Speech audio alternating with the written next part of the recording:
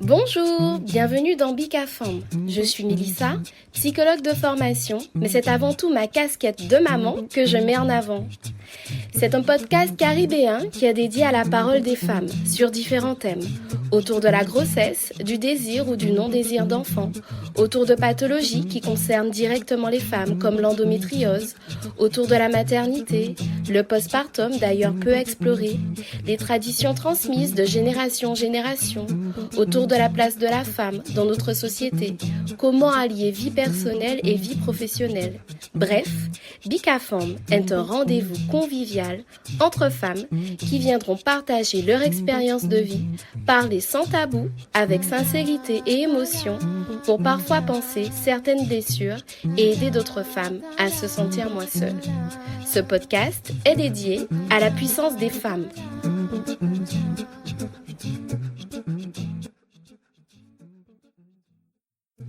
Ça y est, c'est la grande reprise du podcast après 10 longs mois. Et quoi de mieux pour débuter cette nouvelle saison qu'un épisode sur la suite de mon histoire? Comment aborder cette deuxième grossesse sereinement? Et comment fait-on pour que tous les membres de la famille trouvent leur place? Bref, sans plus tarder, je vous laisse découvrir cette deuxième maternité, aussi explosive en amour qu'en bouleversement. Bonne écoute! Bonjour Aurélie. Bonjour Mélissa. Eh ben écoute, là, après 10 mois de pause du podcast, c'est l'heure de la reprise. Ouais, chouette.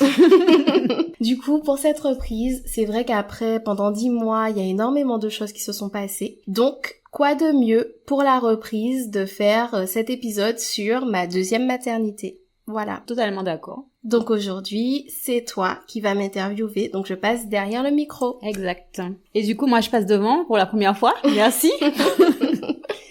Alors, pour commencer, peux-tu te présenter? Alors, c'est vrai, je vais quand même me représenter pour les personnes qui n'auraient pas écouté le premier épisode. D'ailleurs, je vous invite à écouter le premier épisode. Donc, je suis Mélissa, j'ai maintenant 34 ans. J'ai une fille qui a 3 ans et demi et un petit bébé qui aura 8 mois. Je suis en couple et je suis psychologue de formation. Et j'anime ce podcast depuis bientôt ça fera 2 ans. Super, félicitations du coup. Merci. Et du coup, je vais revenir sur ce deuxième petit bébé. À quel moment as-tu ce désir de deuxième enfant? Alors, c'est vrai que pour le désir du deuxième enfant, on a toujours su, on a eu la sensation qu'on n'était pas au complet, qu'il nous manquait quelqu'un dans la famille quand on était 3. Et au bout d'un moment, effectivement, ma fille est devenue plus autonome et on s'est dit, pourquoi pas, autour de ces 2 ans et demi, pourquoi pas agrandir la famille, et mon chéri était d'accord et voilà, on s'est lancé. Et comme pour la première fois, ça a été plutôt rapide aussi. Donc voilà, ça a été plutôt rapide. Ok, donc c'est génial si ça a été rapide. Comment tu l'as annoncé à ton chéri? Alors effectivement, on en avait parlé comme pour la première fois. Comme pour la première fois, j'étais seule quand j'ai fait le test. Et donc, je lui montre ce test. Pareil, comme pour la première fois, il était très surpris. Encore une fois, il se dit, mais ça a été hyper rapide. Il était très content, très heureux, mais très surpris aussi que ça aille aussi vite. Et ce qui était très émouvant, c'est surtout l'annonce à notre aîné. Effectivement, comme c'est une petite pipelette, on n'a pas voulu lui annoncer trop vite. On lui a annoncé en même temps que la famille. Et on lui a fait porter un petit t-shirt. Et sur son t-shirt, c'était écrit, je vais devenir grande sœur. Et à ce moment-là, on lui a expliqué. Et alors, ce qui était rigolo, c'est qu'elle a levé ma robe pour chercher où était le bébé. Donc ça, c'était drôle. On n'était pas du tout préparés à cette réaction. Mais ça veut dire qu'elle a tout de suite compris qu'il y avait un petit bébé qui était là et qui allait naître bientôt. Voilà. Elle a compris qu'il se passait quelque chose dans le bidon de maman. Exactement.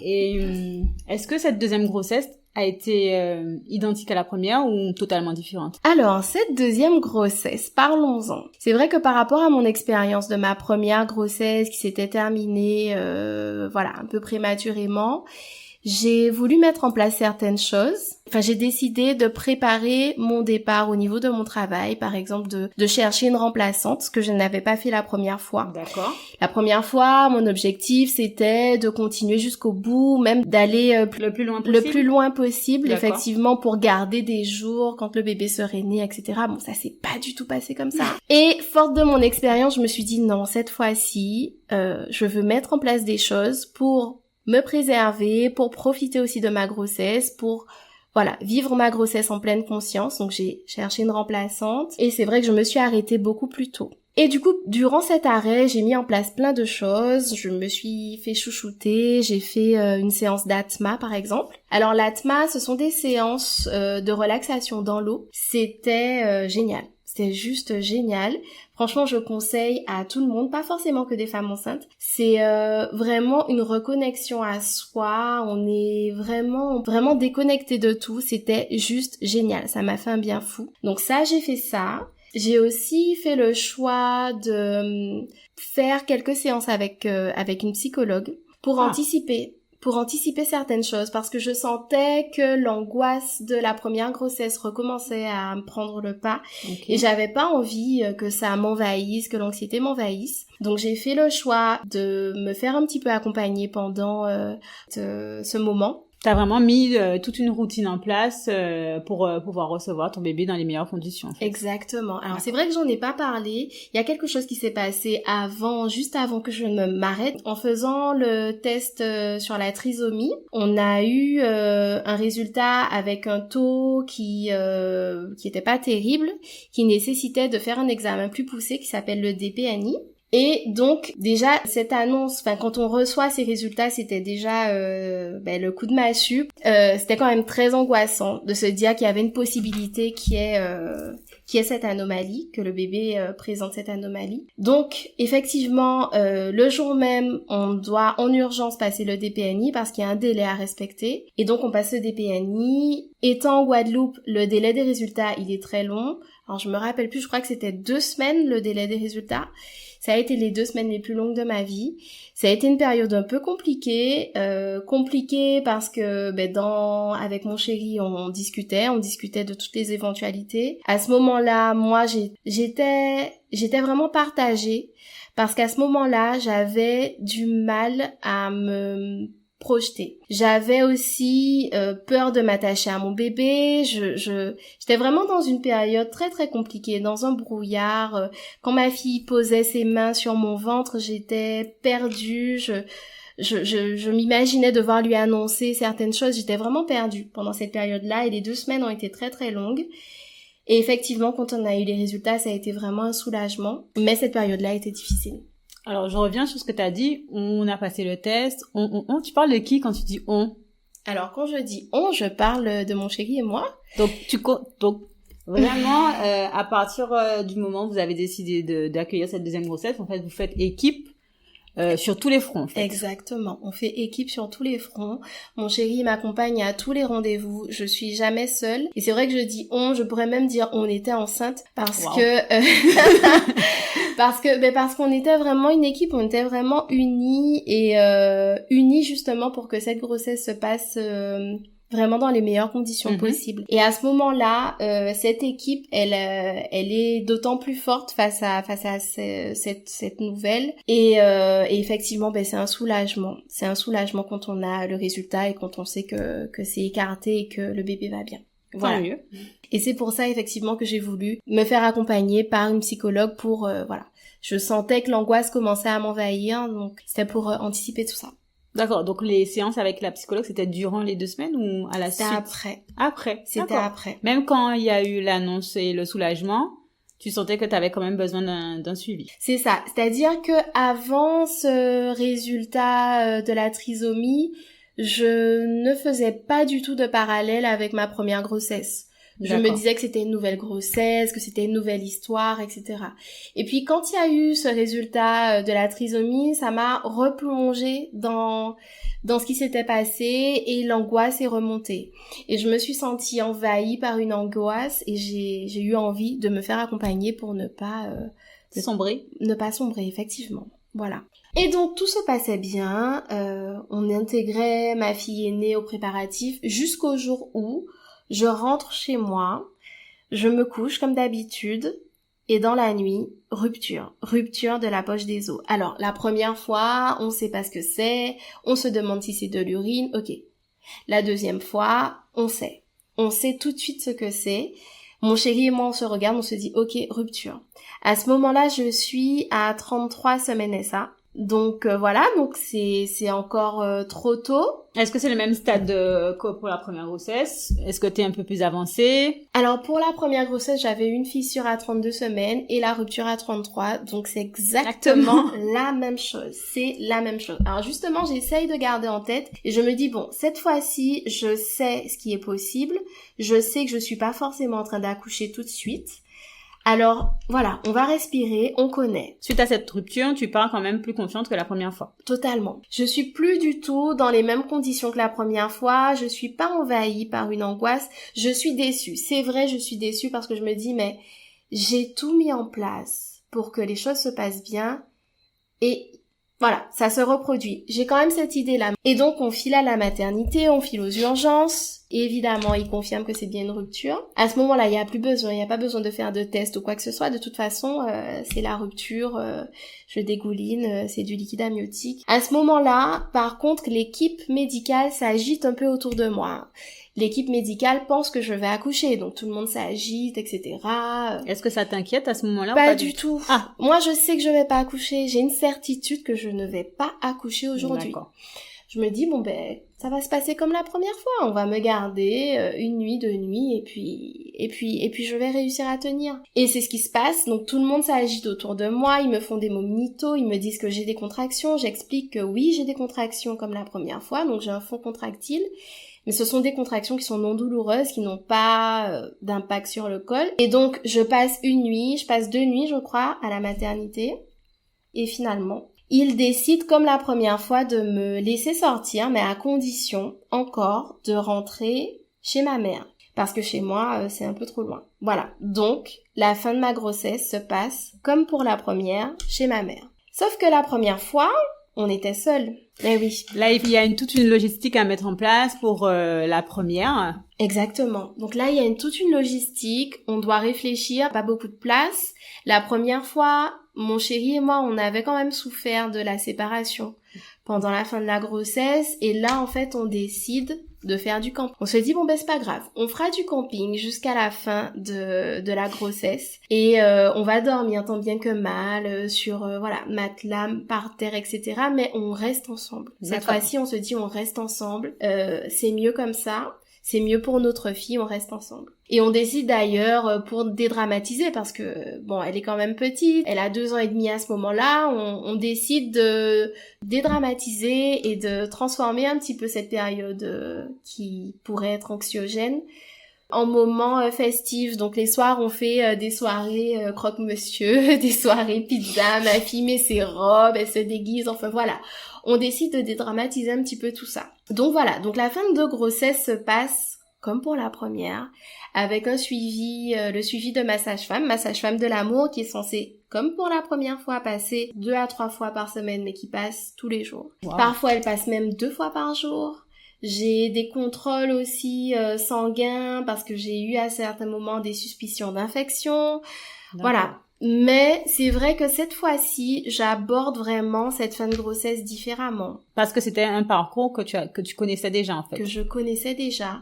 Je savais que c'était possible de tenir au maximum. Et je savais que l'issue avait été positive pour la première. Donc, qu'elle serait positive aussi pour la deuxième. Donc, c'est vraiment différent. Et plus le temps passe, plus cette culpabilité... cette idée de culpabilité que j'ai pu ressentir aux urgences quand j'ai eu la rupture, en me disant mais c'est que j'étais déçue parce que j'avais mis en place des choses, etc. Cette fois-ci, je me dis mais c'est juste, ça devait arriver comme ça en fait, c'est peut-être juste physiologique. Moi, c'est comme ça. J'ai une rupture prématurée et mes enfants naissent plus tôt mais en pleine forme. C'est ce qui va se passer. Donc ma fin de grossesse se passe comme ça. D'accord, l'accouchement, est-ce qu'il a été aussi comme pour la première fois? Le jour J, je commence à avoir des contractions qui sont effectivement différentes des contractions que j'ai eues pendant toute ma grossesse. Donc j'ai des douleurs toujours au niveau du dos, donc les mêmes douleurs que pour la première. Mon chéri comprend tout de suite que la nuit ne va pas être comme les nuits précédentes. Moi, j'ai encore l'illusion de me dire non, c'est peut-être pas ça, etc. Et au bout d'un moment, je me rends compte que les contractions quand même commencent à s'intensifier, donc on file à la maternité. Quand on file à la maternité, je tombe sur le même, alors je sais plus comment on dit, pour les hommes, sage-femme, il y a un terme, oui, je suis désolée, d'accord. vous allez m'excuser, mais je me rappelle plus du terme. Et donc je tombe sur le même sage-femme, entre guillemets, sur lequel j'étais tombée pour ma première. Et je lui dis, écoutez, la première fois, je vous avais dit que je voulais la péridurale. Je l'avais pas eu. C'était pas de votre faute parce que vous êtes aux urgences. Mais je vous le répète, pour ma deuxième, je veux la péridurale. Donc là, je l'ai menacé. Voilà. Donc il savait que je voulais la péridurale. Bon, j'étais à 1 ou 2, je sais plus, mais je pouvais pas l'avoir. Donc il fallait attendre d'être à 3. On me passe dans une chambre. Et ce qui est très différent aussi avec le premier accouchement, c'est que cette fois, je suis avec mon chéri. Parce que la première fois, c'était le Covid, donc j'ai géré j'ai géré l'accouchement seule.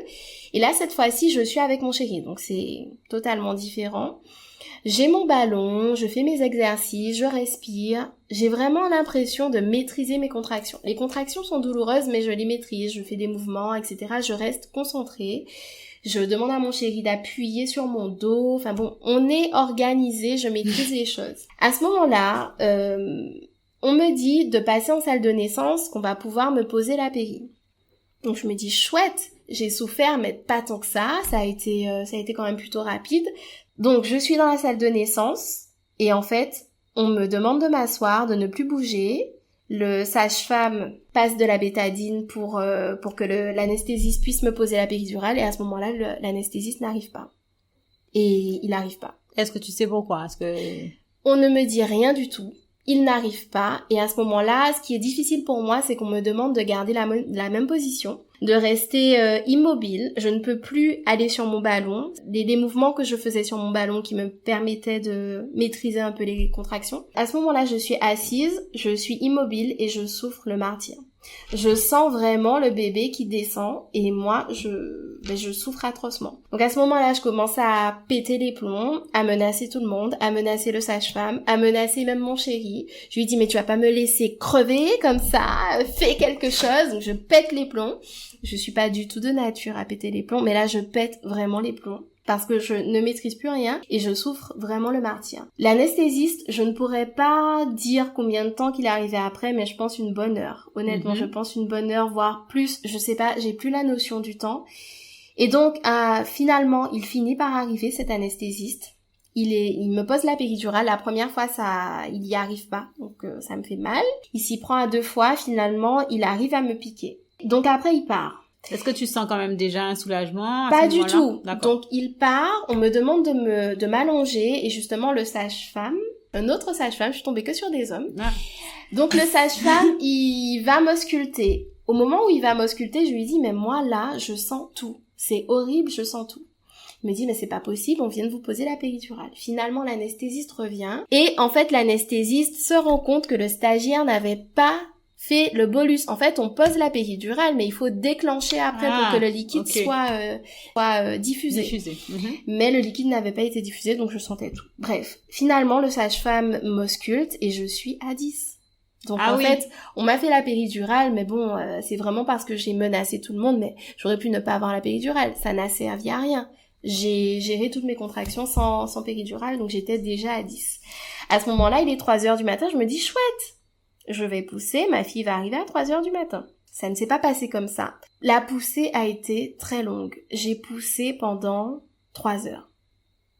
Incroyable. J'ai poussé pendant 3 heures, j'étais épuisée, éprouvée. C'était vraiment très très long et on était stressés pour ma fille parce qu'on savait pas si son petit cœur n'allait pas décélérer, on savait pas ce qui se passait. Il y a une gynéco qui est venue voir si elle était bien positionnée. Elle était bien positionnée, on comprend pas. Le sage-femme me disait que je poussais bien.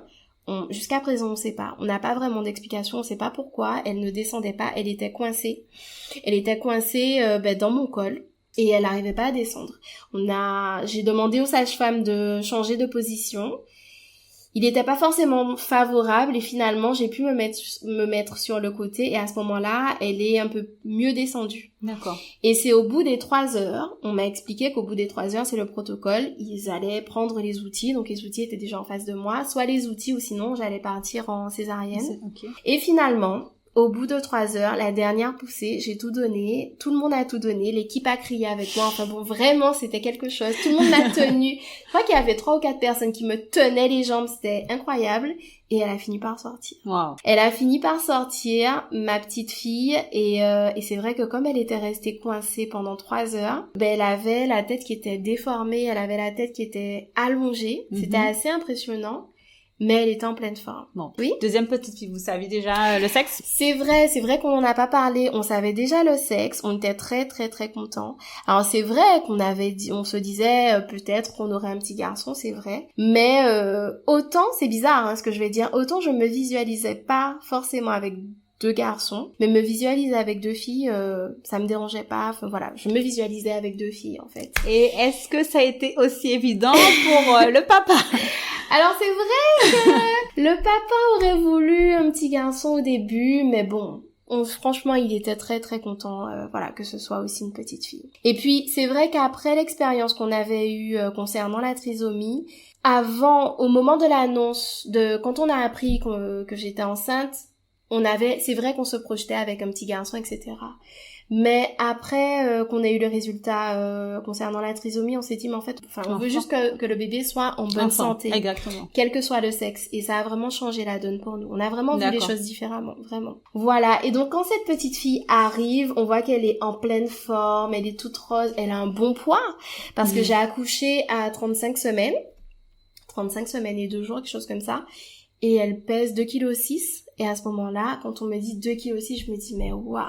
Pour savoir, à ce niveau-là de la grossesse, on a déjà passé le cap de la prématurité ou pas? Il y a plusieurs stades de la prématurité. Avant 37 semaines, on est encore dans la prématurité. Voilà. D'accord. Mais on n'était pas dans la grande prématurité. On avait déjà passé le stade de la grande prématurité. Et donc, cette petite fille arrive à 2,6 kg. Et là, on se dit, mais waouh! Beau bébé. Un bon bébé. Ah oui. Un bon bébé, on se dit, mais si on est arrivé à terme, on sait pas. Et puis, forcément, on fait le parallèle par rapport à la première. La première qui pesait 2,1 kg, c'est 2,6 kg, on se dit, ouais, c'est bien. Elle est en pleine forme, pourtant, malgré l'accouchement éprouvant, fatigant, elle est en pleine forme, elle veut téter tout de suite, donc on a fait la tétée d'accueil. D'accord. Elle était à fond, elle tétait, elle a tout de suite bien accroché au sein et elle était en pleine forme. Donc un bébé très dynamique. Très dynamique, on était soulagés. Et là, on se dit, ça y est, on est 4, ça y est. L'aventure commence. Exactement. Et là, on n'a qu'une hâte, c'est de présenter le petit bébé à sa grande sœur. C'était l'après-midi, je crois que c'était l'après-midi même qu'on a... Donc la grande est venue, a pu venir voir bébé à la maternité. À la maternité. Alors à l'extérieur, pas dans la chambre, parce que les enfants n'ont pas forcément le droit de rentrer. Mais on était à l'extérieur et c'était aussi un moment vraiment magique. Un moment magique, un moment très émouvant de voir la grande rencontrer sa petite sœur. Alors bon, elle manquait un peu de douceur, elle manque encore un peu de douceur, mais c'était vraiment très beau, très très beau. Super. Et du coup, suite à ça, le retour à la maison, ça se passe comment? Alors, je veux juste revenir un petit peu sur la maternité. Par rapport à l'allaitement, alors moi cette fois-ci, j'avais décidé que je voulais allaiter de façon exclusive. Ce qui n'avait pas été possible pour ma première, on m'avait pas forcément laissé le choix, on m'avait tout de suite tendu un biberon par rapport à son poids, etc. Enfin bon, là cette fois-ci j'ai tenu et je voulais absolument allaiter exclusivement ma fille. Ça n'a pas été facile parce que le 2e jour, comme on sait, les bébés perdent du poids, mais c'est vrai qu'elle avait perdu un peu plus de poids que la normale et l'équipe était inquiète. Comme d'habitude, l'équipe était inquiète, l'équipe voulait absolument que je la complémente avec un biberon. On a tenu comme on a pu. J'ai donné 2-3 gouttes de lait pour faire plaisir à tout le monde. Mais j'ai tenu à garder mon allaitement. Le problème, c'est que ma montée de lait ne s'est pas faite tout de suite, donc ça a pris un petit peu de temps pour se mettre en place. Mais cette fois-ci, j'étais plus confiante. Ça se voit dans tout ton discours, en fait, parce qu'à chaque fois tu dis j'ai voulu la péridurale, j'ai voulu allaiter, on sent que là tu étais déterminée à ce que ça se passe différemment. Effectivement. Non, cette fois-ci, j'étais vraiment confiante. Et j'ai mis aussi toutes les chances de mon côté. Je m'étais aussi faite accompagner par une conseillère en lactation. D'accord. Juste avant l'accouchement pour me donner des tips, etc. Mhm. Il y a une conseillère qui est revenue me voir par rapport justement à la montée de lait qui n'arrivait pas pour me donner des petits conseils, etc. J'ai commencé à tirer. Bon, j'ai quand même eu une sage-femme dans l'équipe qui m'a dit oh là là, mais si vous tirez que ça, vous allez l'affamer, etc. Mais je me suis pas laissée démonter. À part cette personne de l'équipe, honnêtement, par rapport à mon premier vécu pour ma première maternité, à la maternité du CHU, cette fois-ci, j'ai eu un autre vécu. Je trouvais que l'équipe était beaucoup plus empathique, plus à l'écoute. Et moins jugeante. D'ailleurs, j'avais décidé aussi de ne pas faire de bain pour ma fille. Il faut savoir qu'en fait, le fait que ce soit un bébé qui soit quand même arrivé avant terme, elle se fatiguait quand même plus vite, elle avait besoin de beaucoup de repos, etc. Et pour favoriser aussi la mise en place de l'allaitement, je m'étais documentée là-dessus. J'avais vu que ça pouvait aussi gêner un peu la mise en place de l'allaitement. Et j'avais aussi envie que le premier bain se passe dans les meilleures conditions possibles, vu que c'était un petit bébé, enfin pas un petit bébé, mais un bébé arrivé plus tôt, etc. J'avais envie de faire un bain enveloppée, etc., avec un linge, qu'elle se sente dans un cocon, voilà. Et donc, j'ai tenu tête tous les jours. On me demandait, vous ne lavez pas ce bébé? Et non, et je répondais que non. Et non, que mon bébé n'était pas sale. Et justement, les bébés, en fait, quand ils naissent, ils sont recouverts du vernix. Et c'est même conseillé en fait de garder ce vernix qui permet de les protéger et de les réchauffer.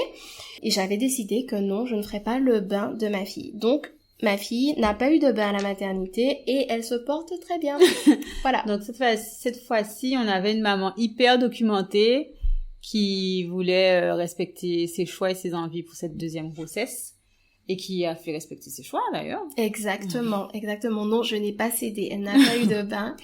Voilà. Et donc, ce retour à la maison. Alors, retour à la maison, on était très contents de rentrer à la maison, mais aussi un petit peu angoissés. Alors, pas angoissés parce qu'on ne connaissait pas les gestes, parce qu'on les connaissait, mais plus angoissés par rapport à la première. Alors, il faut savoir que, première fille, on avait vraiment une relation fusionnelle, voire trop.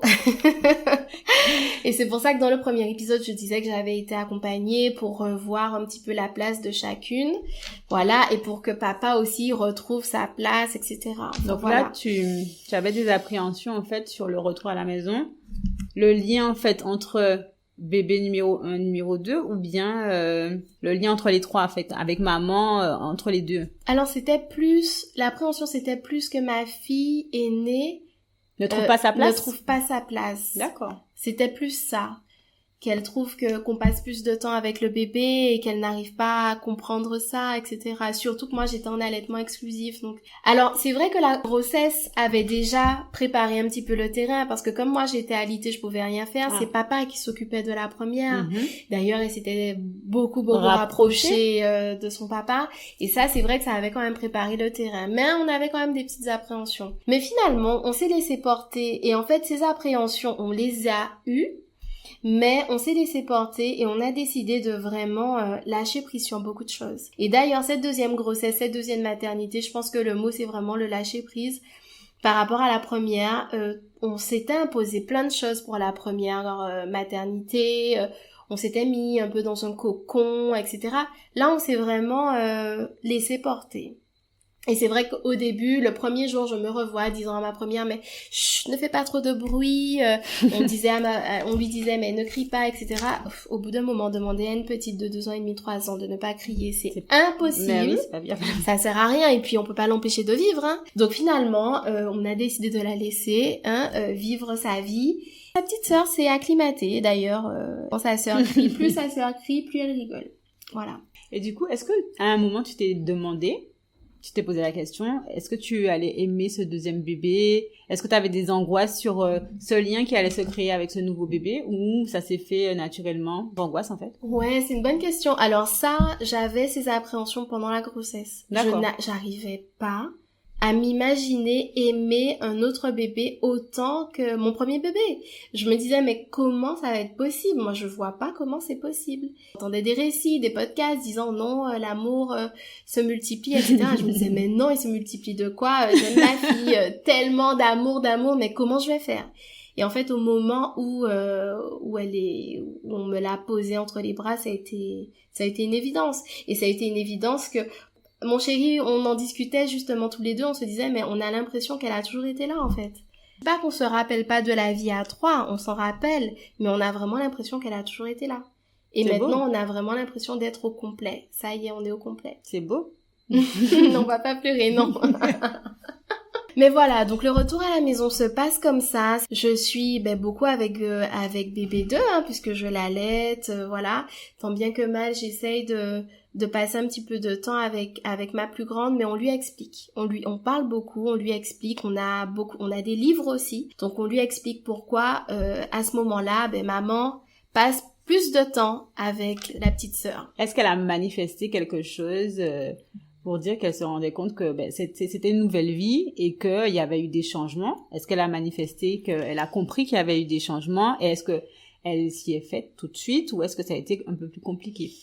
Alors, elle était très heureuse. C'était une grande sœur très heureuse, mais on a eu une période un peu compliquée. Elle n'a pas verbalisé ne pas trouver sa place, en tout cas au début, mais son comportement avait changé. Elle était plus dans la confrontation, elle nous tenait tête, c'était plus la petite fille qui respectait le cadre, etc. Elle était dans la provoque clairement pour prendre de la place en fait, pour qu'on lui porte plus d'attention. Alors l'attention lui était portée, son père était toujours passé beaucoup de temps avec elle.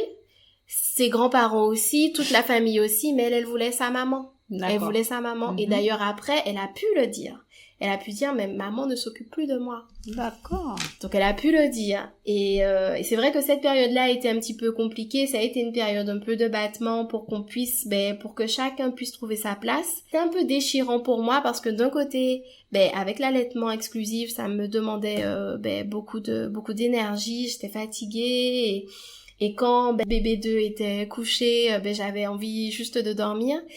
J'essayais au maximum de passer du temps avec ma fille aînée aussi. Donc c'était pas facile.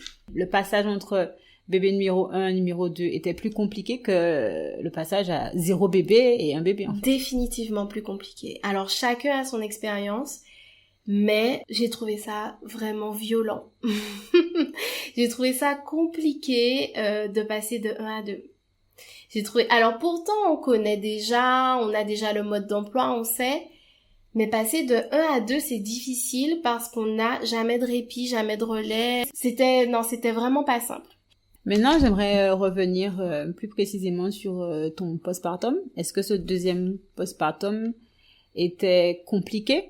Alors, ce deuxième postpartum, il a débuté difficilement. Après mon retour à la maison, on en a parlé du retour, l'organisation, etc. Mais une semaine après, en fait, on reçoit un appel de l'hôpital nous disant de venir tout de suite. On nous a pas dit de venir le lendemain, on nous dit de venir d'urgence avec notre fille. Parce qu'effectivement, à la naissance, vous savez, il y a toute une batterie d'examens, de bilans sanguins, etc.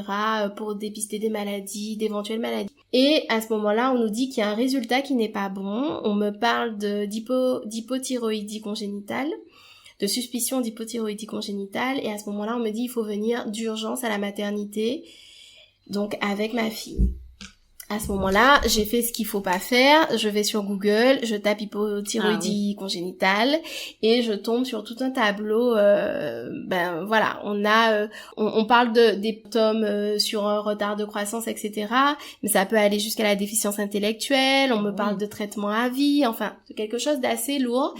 Et donc, à ce moment-là, c'est le coup de massue parce que je me dis, mais on est rentré à la maison après une grossesse compliquée. Tout s'est bien passé, ma fille est pour moi en bonne santé et voilà qu'on m'appelle. Donc à ce moment-là, on arrive dans le service et à ce moment-là, on nous dit qu'on va refaire une batterie d'examen, on va piquer ma fille. Je comprends que l'équipe n'a pas l'habitude de piquer les bébés, pourtant on est en pédiatrie. Et à ce moment-là, ma fille est littéralement charcutée en fait. On ne trouve pas ses veines, on la pique à plusieurs endroits, elle hurle, j'essaye de l'allaiter en même temps tant bien que mal pour la calmer. Moi j'essaye de garder mon calme parce que j'ai pas envie de lui transmettre mon angoisse. Mais c'est horrible en fait. C'est éprouvant pour une maman en fait. C'est éprouvant, c'est déchirant. J'ai l'impression que mon cœur il est en miettes de voir ma fille comme ça. On n'arrive pas à trouver. On me dit qu'on va piquer ça. On va même peut-être piquer son crâne si on trouve pas de veine.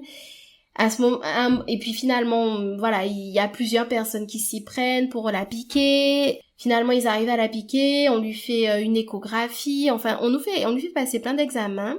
Au niveau de la tonicité, on me demande plusieurs fois si elle est hypotonique, je réponds que non, puisqu'on avait vu le pédiatre la veille, il y avait justement, on avait le carnet de santé, donc il y avait le compte-rendu, il pouvait lire le compte-rendu, mais à chaque fois, on nous pose des questions, etc. Et tout ça, donc on nous garde quelques heures à l'hôpital. Et on nous dit qu'on aura les résultats 48 heures après. Donc encore une attente insoutenable. Encore une attente. On se dit mais ça va. C'est encore ça, encore une attente. Et en plus on nous dit mais avant d'avoir les résultats, il faut absolument lui administrer un traitement. Quand bien même ce serait pas ça, elle a besoin d'un traitement, qu'il faut privilégier le traitement même si les résultats pourraient être négatifs. Donc on suit ce qu'on nous demande de faire et encore une fois, ces 48 heures sont interminables. Et voilà. 48 heures à service pédiatrie ou bien vous avez quand même le droit de rentrer? Non, on a pu rentrer pendant ces 48 heures. Et au bout des 48 heures, normalement on était censé nous appeler, mais évidemment, on n'a pas d'appel. On appelle et finalement on nous dit c'est bon, c'est ok, les résultats sont ok. Donc à ce moment-là, on se dit c'est bon, c'est derrière nous, c'est derrière nous. Une semaine après, on reçoit un appel de ce même médecin qui nous dit les résultats étaient ok, mais ils étaient juste autour de la norme. Nous, on veut quand même refaire le bilan pour être sûr. Et là, à ce moment-là, on se dit, mais c'est pas possible, donc, en fait. Donc, refaire la batterie d'examen, prise de sang, tout ça, l'écho. Exactement. Okay. Et à ce moment-là, on se dit, en fait, non, on ne fera pas le bilan dans les mêmes conditions parce que la première fois, ça avait été horrible. Et là, à ce moment-là, je dis à mon chéri, je veux que ce soit telle personne qui pique notre fille. C'est une puéricultrice qui est à la maternité, donc qui a l'habitude de piquer des bébés, qui pique des bébés tous les jours. Je veux que ce soit elle qui pique notre fille. Il faut que ce soit dans ces conditions-là. Et à ce moment-là, on arrive à trouver une solution et finalement, c'est bien elle qui a pu piquer notre fille. Elle a piqué très facilement puisqu'elle a l'habitude de le faire. Et on a enfin ces fameux résultats 24 heures après qui sont ok. Et là, ça y est, on nous dit c'est derrière vous, il y a plus rien, voilà. Donc ça c'est pour la petite histoire, mais c'est pas juste une petite histoire anecdotique parce que ça a été vraiment un moment très très difficile à vivre. À ce moment-là, c'est pour la première fois j'ai vu mon chéri s'effondrer dans mes bras. Alors il faut savoir que mon chéri c'est mon rock. C'est vrai. Dans le couple, je m'appuie énormément sur lui au niveau émotionnel. À ce moment-là, lui, il s'effondre en fait. Voir sa fille se faire charcuter, cette potentielle pathologie congénitale, c'était trop en fait. Il s'était jamais effondré depuis la fin de grossesse, l'accouchement, etc. Là, il s'effondre. Et à ce moment-là, comme dans une équipe, moi, je me ressaisis. Voilà, je me ressaisis, je prends le lead et je me dis, non. Là, ça y est. Là, je peux pas moi aussi m'effondrer. Et là, on se dit non. Ça va aller. On va faire front, ça va aller. Et on va rester positif. Et on a bien fait. Et finalement, tout s'est bien terminé. C'est le début de mon postpartum.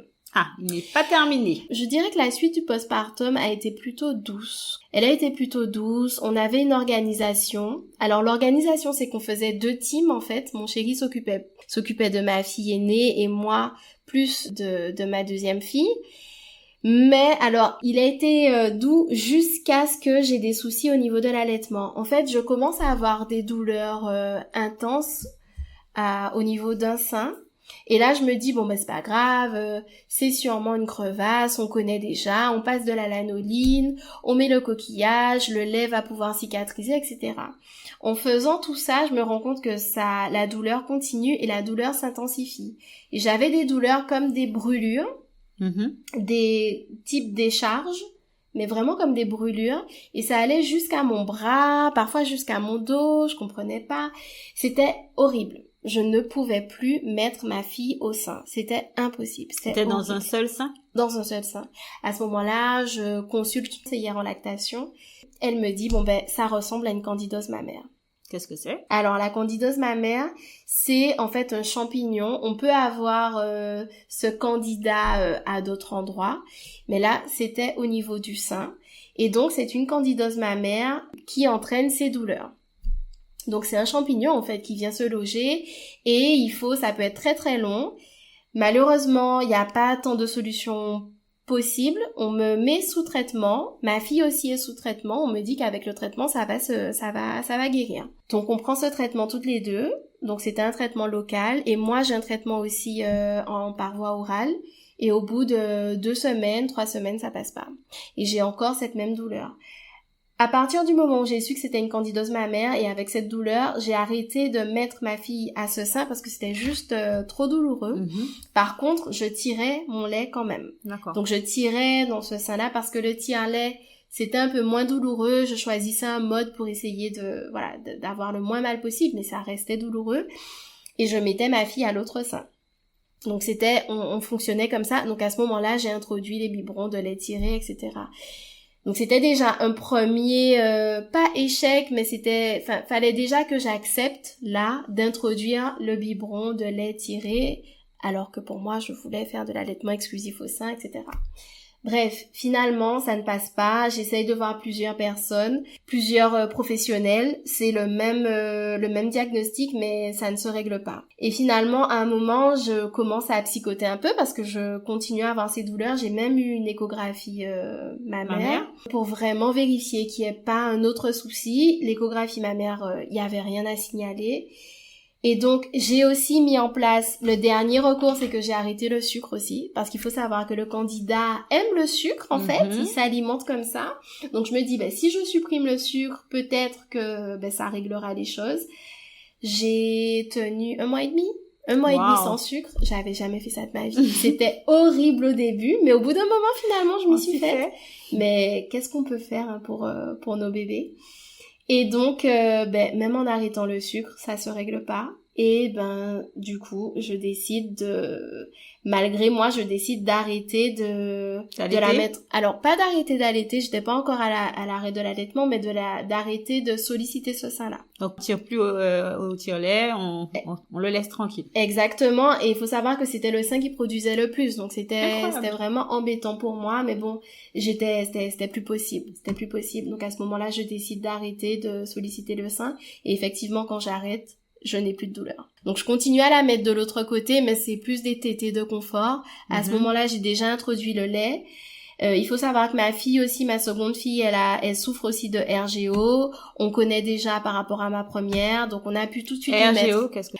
Alors, RGO, reflux gastro-œsophagien. Et comme pour ma première, c'était un RGO interne aussi qui se voyait pas. Mais ça, on connaissait déjà. Le pédiatre a pu tout de suite diagnostiquer, elle a été sous traitement et elle a pu aussi avoir un lait adapté.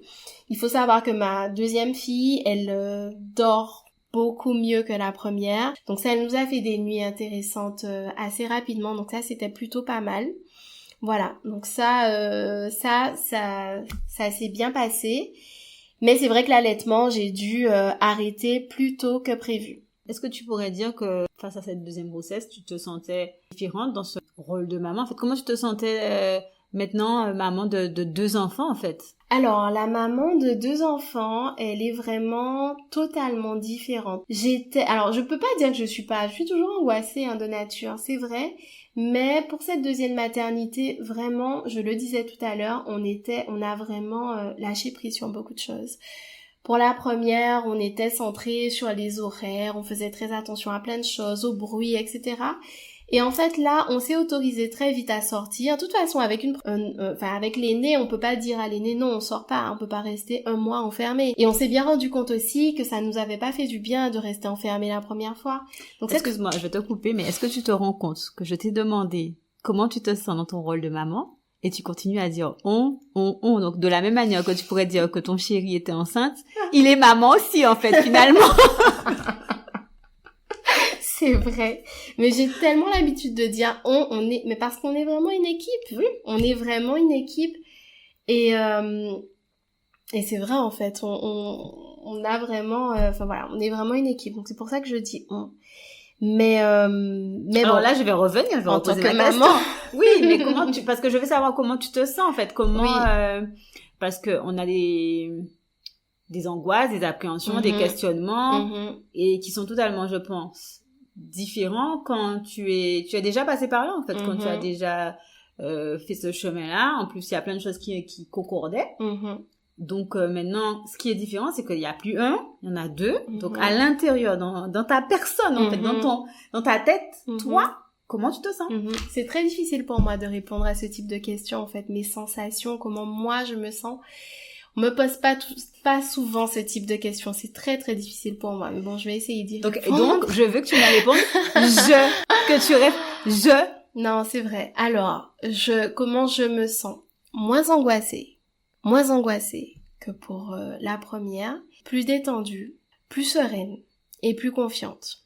Mais, je me sens partagée, un peu, partagée entre les deux. Maman, entre mes deux filles. Ah, d'accord.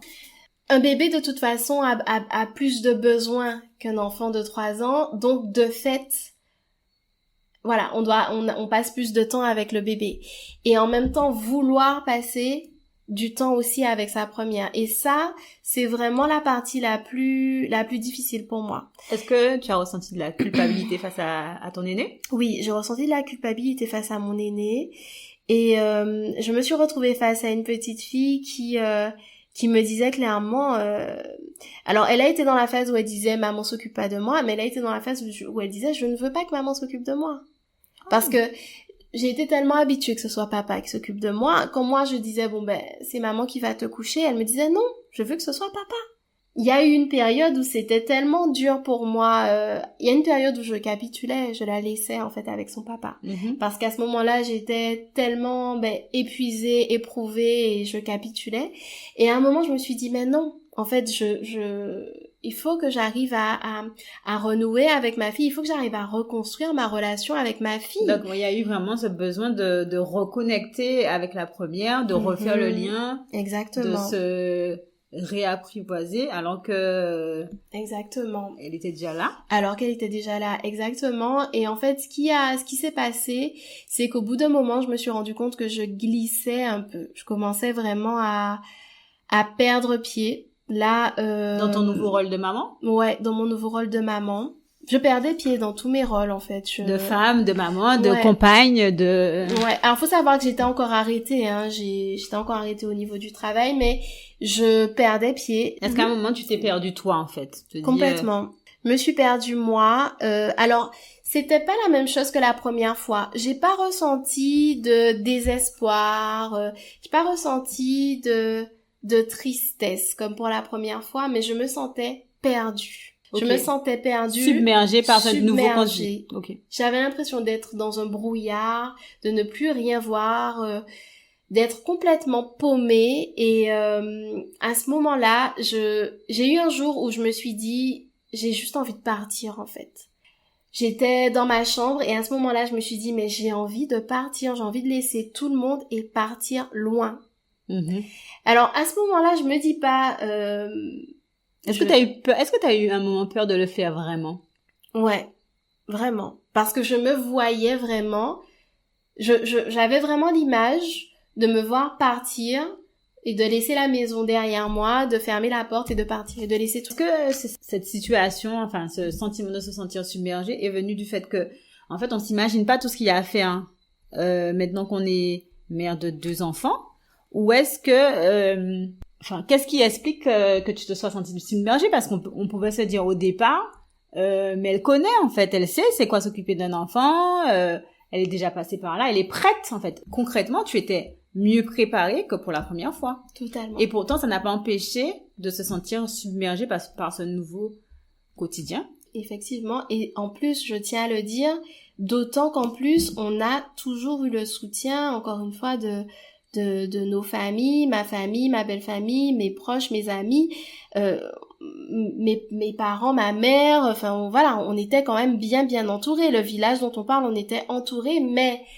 dans la maison, moi, je m'étais arrêtée depuis un moment. Dans la maison, concrètement, j'étais concrètement tous les jours avec mon bébé, tous les jours à répéter les mêmes tâches, et en même temps, je devais gérer le quotidien avec ma fille aînée. Au moment où où je me suis vraiment sentie submergée, c'est quand quand il y avait plus crèche, en fait, je me suis retrouvée avec ma fille aînée plus la deuxième, et à ce moment-là, je me suis sentie submergée. Je ne m'imaginais pas, justement, effectivement, comme tu disais, l'importance de la charge mentale d'une maman de 2 enfants.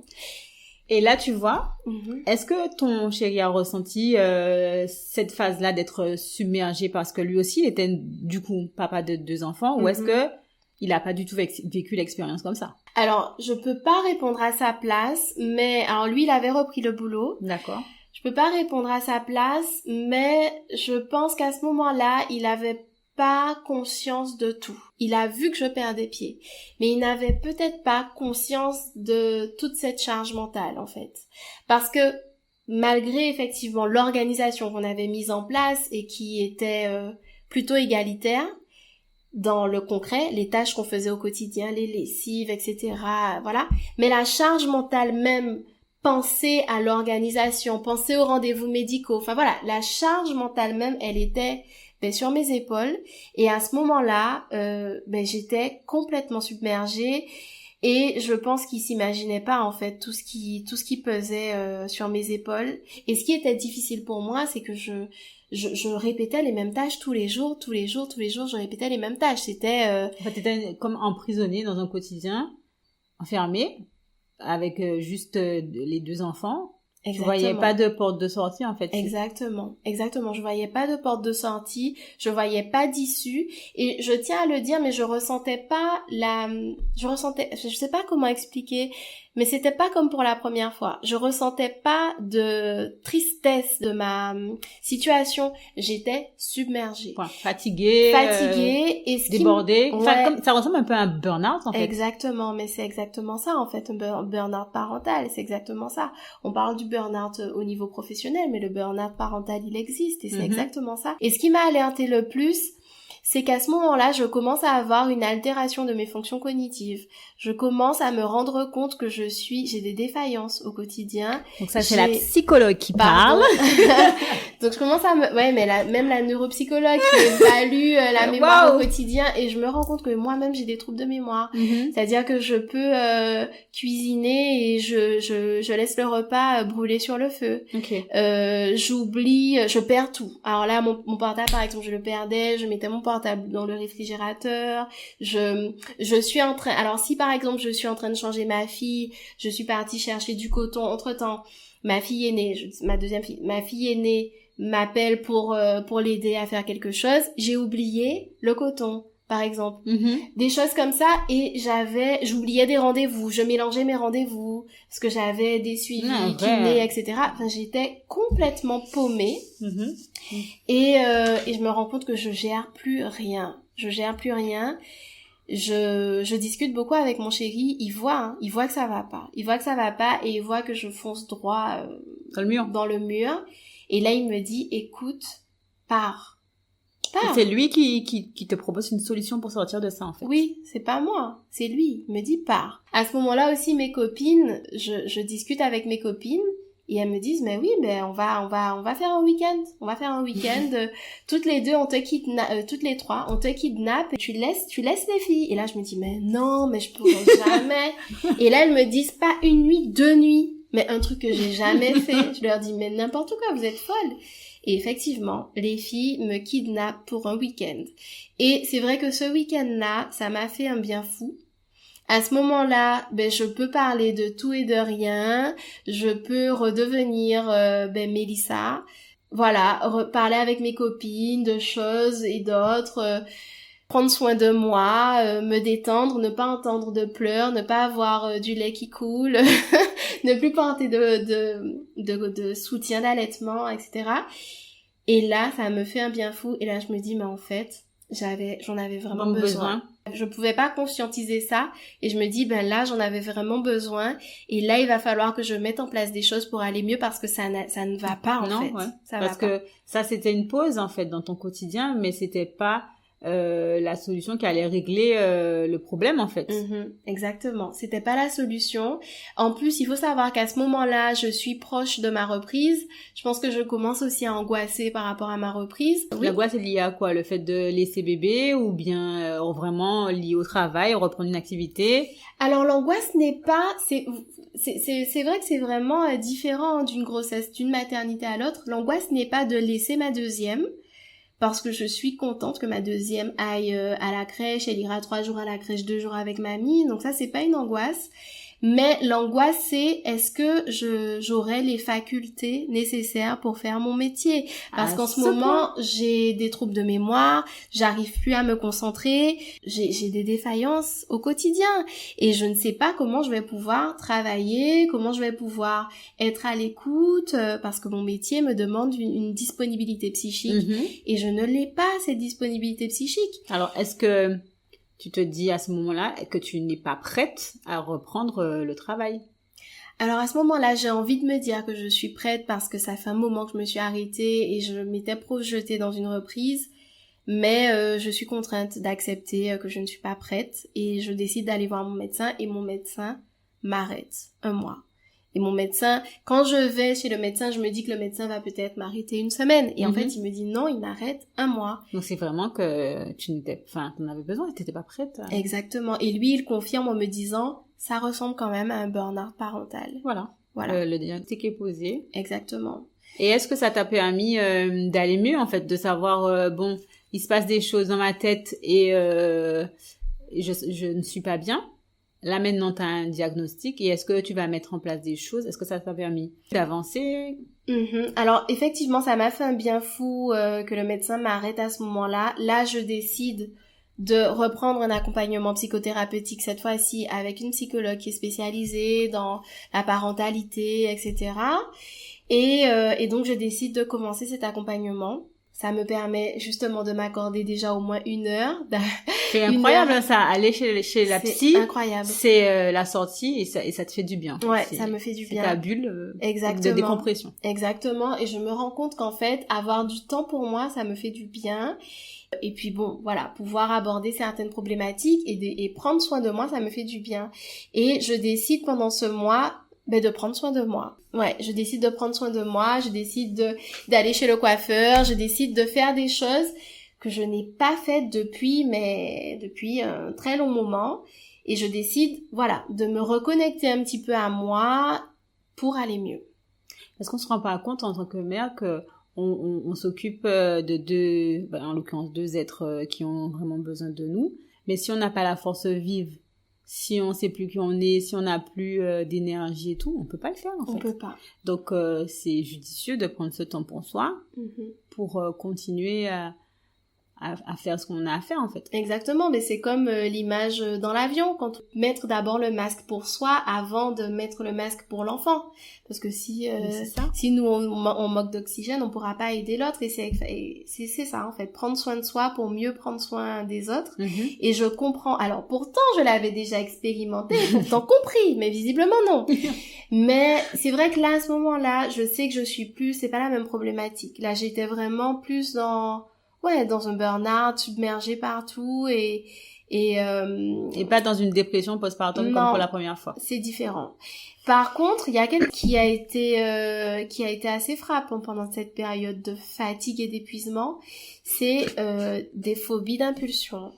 À ce moment-là, j'ai des phobies d'impulsion Alors je sais, les phobies d'impulsion, je sais pas si ça te parle Non. ou si ça parlera à d'autres phobie, personnes. je vois, mais d'impulsion de quoi en fait? C'est ça que je me pose comme question. Alors les phobies d'impulsion, c'est un mécanisme du cerveau en fait. Quand on est épuisé, on visualise de faire du mal à son enfant. Une fatigue telle qu'on visualise qu'on va faire du mal à son enfant. Par exemple, si on est près des escaliers, on peut se visualiser en train de tomber et jeter son enfant. Ou si on est par le balcon, on peut s'imaginer jeter son enfant. Parce que pour toi, dans ta tête, toute cette fatigue et tout ce tourbillon qui t'épuise, c'est lié en fait à cet enfant-là, et tu te dis pour que ça s'arrête, c'est la solution. C'est ça. Alors tu conscientises pas que tu te le dis, mais c'est ton cerveau qui crée cette image-là. Mais cette image-là, elle est hyper angoissante. Quand on a ce type d'image, alors maintenant je sais ce que c'est les phobies d'impulsion, donc quand moi j'ai eu ces phobies, je savais que c'était les phobies d'impulsion. Mais même avec cette connaissance, c'est horrible en fait de ressentir ça. Pour une mère, c'est horrible. C'est violent. On ressent, donc on a cette image horrible de faire du mal à son enfant, et après on culpabilise d'avoir eu cette image. Mais est-ce que en tant que professionnel, tu savais que ça allait s'arrêter juste à ça, des visions, de te voir faire ça, ou est-ce qu'à un moment tu as eu peur quand même de passer à l'acte? Alors en fait, en tant que professionnel, c'est vrai que je connais les phobies d'impulsion et je sais qu'il n'y a pas de passage à l'acte. D'accord. Je sais. Mais dans la situation... Quand tu la vis avec les émotions, tu as peur de toi-même. Et donc, ce que tu fais à ce moment-là, c'est que tu mets en sécurité tes enfants et toi, tu vas dans une autre pièce. Moi, c'est ce que j'ai fait. D'accord. J'ai mis mon bébé dans son berceau, ma fille était dans sa chambre et j'ai été dans une autre pièce. Ok, tu les as protégés de toi-même en fait. Exactement. Et est-ce que tu en as parlé à quelqu'un de ça? Je pense que tu avais ton suivi psy, mais est-ce que tu en as parlé à tes proches quand même? Alors, j'en ai parlé à mon chéri, pas forcément à ma famille. J'en ai parlé à mes copines aussi, à ma copine de l'amour, mais j'en ai parlé. J'en ai parlé parce que je sais maintenant que c'est pas une honte, et je sais aussi qu'il y a beaucoup de mamans qui traversent les mêmes choses, qui ont ces mêmes visions et qui ne posent pas de mots aux phobies d'impulsion. Exactement. Elles savent même pas que ce sont des phobies d'impulsion. Exactement. Et qui peut-être pensent vraiment qu'elles veulent vraiment faire du mal à leur enfant. Et c'est vrai que je pense qu'il faut vraiment parler de ça, il faut lever ce tabou sur ces phobies d'impulsion, en parler, parce que en fait il faut vraiment comprendre que la fatigue, l'épuisement, ne pas dormir, l'enchaînement de nuits sans sommeil, de cette charge mentale, de ne jamais pouvoir se reposer et d'entendre du bruit sans arrêt, parce que ça aussi c'est quelque chose. Quand on n'a qu'un enfant, un bébé qui pleure, quand le bébé pleure, quand le bébé dort, il y a le silence. Quand on a 2 enfants, quand le bébé dort, l'aîné est réveillé et un petit de 3 ans fait du bruit. Ça crie, ça sollicite. En fait, c'est les sollicitations non-stop, les sollicitations qui s'arrêtent pas du réveil au coucher. Je pense que c'est ça qui est le plus épuisant, en fait. C'est ne jamais avoir même pas une seconde à soi de répit. C'est épuisant. Alors oui, c'est vrai, on se le dit, on se le répète, on est fatigué, mais je pense qu'on se rend pas compte du degré d'épuisement et de fatigue, et je pense qu'on se rend pas compte de la force qu'ont les mères en fait, de subir tout ça, de supporter cet état de fatigue, et pourtant de continuer à avancer, de se réveiller tous les jours, de sourire, de mettre en place des choses, je pense qu'on se rend pas compte de tout ça. Donc bravo à toutes les mères en fait, hein. Mais vraiment, qui font face à ça et qui sont capables de se réinventer, de mettre les choses en place pour aller mieux et continuer à donner de l'amour à leurs enfants. Et ce que je voulais rajouter, c'est que malgré tout, en plus de ça, les mères doivent aussi porter aussi le regard de la société, exactement, le regard des autres sur l'éducation l'éducation qu'on donne à nos enfants, et le regard qu'on voit dans la société, je sais pas, dans les parcs, ou un enfant qui va s'agiter dans la rue, etc. Au lieu de poser un regard empathique ou un regard de soutien, on va plutôt avoir un regard de jugement. Et ça, c'est pas aidant pour la maman qui est déjà en difficulté. Et ça, je trouve que, alors je dis les mères, bon, les parents, je trouve que là, en 2024, peut-être que ça l'était déjà, mais en 2024, je trouve que la parentalité, c'est vraiment le job le plus dur du monde. Alors, vraiment. Et moi, je trouve que ce que tu dis, c'est totalement judicieux. Et en plus, je sais pas qui a dit ça, mais on disait avant que pour pouvoir s'occuper d'un enfant, il faut tout un village. Et toi, t'avais ton village. Oui. Et malgré ça, c'était dur pour toi, tu vois. Donc moi, imagine la mère solo, les couples isolés qui n'ont pas leur famille tout près. Totalement. Enfin, on se rend pas compte que la parentalité, c'est pas un long fleuve tranquille. Pas du tout. Pas du tout. Et je suis consciente de ma chance d'avoir ce village et d'avoir un soutien sans faille. Et malgré ce soutien, ça reste difficile. Donc je suis totalement admirative des mamans solo et qui gèrent au quotidien, qui gèrent toute cette charge mentale seule. Vraiment chapeau, vraiment. Et du coup, maintenant, tu as repris le travail. Comment tu gères ton quotidien de maman de 2 enfants et ta vie professionnelle? Est-ce que tu arrives à allier les deux? Alors, mon retour au travail, au boulot, j'ai pris du temps à retrouver un petit peu mes automatismes, etc. C'était difficile en fait d'être à 100% au travail sans avoir l'esprit un peu à la maison, à penser à ce qu'il faudra faire au retour, etc. J'étais déjà dans l'anticipation de tout ce que j'avais à faire, etc. Et on a eu une discussion hyper intéressante avec mon chéri sur justement la définition de la charge mentale et ce que ça engendrait. Là, on est en plein réajustement justement pour trouver une meilleure organisation pour nous tous les deux. Pour qu'on trouve un équilibre tous les deux. Donc encore une fois, je lui demande comment ça se passe et elle ne s'imagine pas qu'elle pourrait me parler de son rôle de maman. C'est encore l'équipe qui prime. C'est génial en fait. Ouais, mais parce que c'est vrai, c'est définitivement ça en fait. Et c'est ça notre force en fait. C'est vraiment qu'on soit une équipe. Et là encore, comme je disais effectivement, on est dans un réajustement. Après, je pense que ce réajustement, il est perpétuel. Il est perpétuel, en fait, parce que les enfants grandissent, mais les problématiques changent, il y a d'autres choses qui rentrent en jeu. Mais en tout cas, en ce moment, on est en plein réajustement et on essaye de trouver un équilibre. Et j'ai même là réussi à me trouver un peu de temps. Par exemple, j'ai repris la danse. C'est exactement ce que j'allais te demander. Est-ce que dans ce nouveau réajustement, est-ce que tu as du temps à t'accorder en fait? Ben c'est ça, j'ai compris tout l'intérêt de m'accorder du temps. Il m'a fallu du temps pour comprendre ça, mais j'ai compris. Et là, effectivement, dans cette nouvelle organisation, j'arrive à m'accorder du temps et à pratiquer de la danse. Donc tu as repris la danse. Et est-ce que tu continues ton suivi? Je continue le suivi, oui, je continue le suivi. Et j'ai repris la danse et faire une activité pour moi seule, c'est quelque chose que j'avais pas fait depuis des années, et même avant l'arrivée de ma fille. Enfin, c'est assez fou.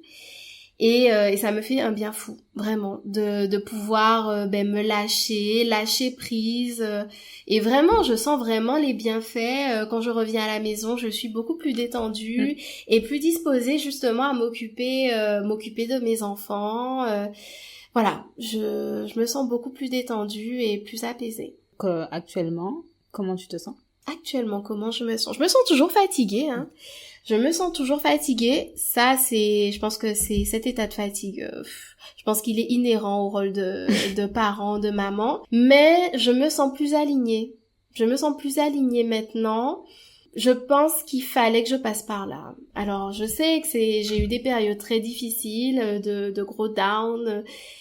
Mais il fallait que je passe par là pour que je comprenne l'intérêt justement de prendre soin de moi, pour que je reprenne aussi ma place de femme. On n'a pas parlé du couple aussi. Mais c'est vrai que par rapport à l'arrivée de ma fille aînée, l'arrivée de ma deuxième fille n'a pas eu le même impact sur mon couple. D'accord. Parce que comme on était passé par certaines difficultés après l'arrivée de ma première fille, j'ai pas reproduit les mêmes choses. et le couple a été beaucoup moins impacté. D'ailleurs, on a pu s'accorder du temps tous les deux. Ça, on l'avait pas fait pour ma fille aînée. On a pu passer un week-end tous les deux, ça nous a fait un bien fou. Et ça, c'était quelque chose qui était vraiment impensable pour moi avec ma fille aînée. Et pourtant, on a pu mettre ça en place pour ma deuxième fille. Donc non, je pense qu'on avance, je sens que j'avance. Après, je pense que c'est encore perfectible, hein. Il y a encore des choses à mettre en place. Et je pense aussi que pour ma deuxième fille, mon chéri avait tout de suite sa place, ce qu'il n'avait pas pour ma première. Et ça aussi, ça a tout changé. Et ce que je n'ai pas aussi dit, c'est que l'accompagnement thérapeutique m'a fait énormément de bien je parlais de renouer un peu, retisser les liens avec ma fille aînée. Et là, ça y est, on sent que là, on est en train de retrouver la relation qu'on avait avant, voilà, une relation de complicité.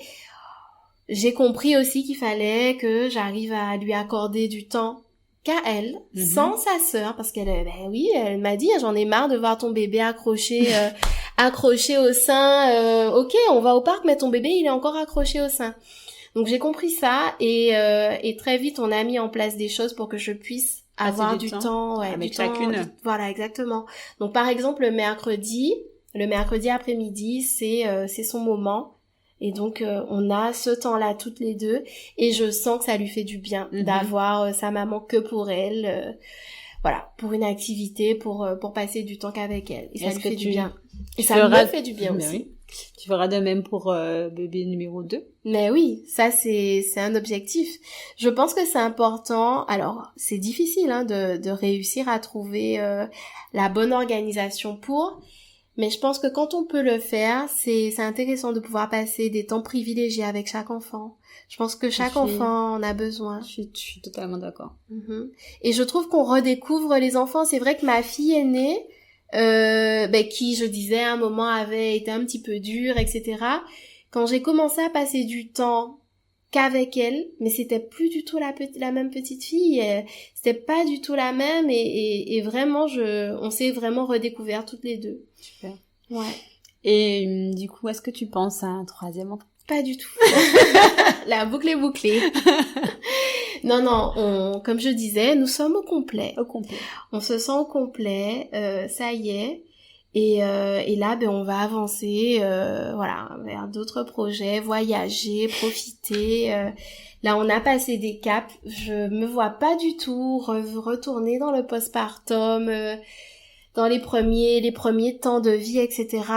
Je me vois pas du tout là-dedans. Là, les filles commencent à dormir parce que ma grande ne dormait toujours pas. Maintenant, elles sont dans la même chambre. Elles commencent à dormir de façon intéressante. Elles développent une complicité vraiment très touchante. C'est vraiment hyper émouvant de les voir toutes les deux. D'ailleurs, quand on a passé des nuits pourries et quand on les voit toutes les deux, on se dit on comprend quoi et voilà, c'est vraiment la récompense et on est au complet. Mais génial. On va conclure cet épisode avec le rituel. Peux-tu te décrire en 3 mots? Oh là là, non, en plus je me rappelle absolument pas de ce que j'avais dit la première fois. Mais c'est bien aussi. Ouais, peut-être que ça a évolué, écoute, puisque je me sens complètement différente. Donc cette fois-ci, me décrire en 3 mots, je dirais alignée, je dirais détendue et je dirais aimante. Eh bien, merci Mélissa pour cette opportunité. C'était un moment hors du temps. Merci pour ce partage. Et puis à très bientôt. Merci à toi, merci pour ce bel échange aussi. Merci à toi.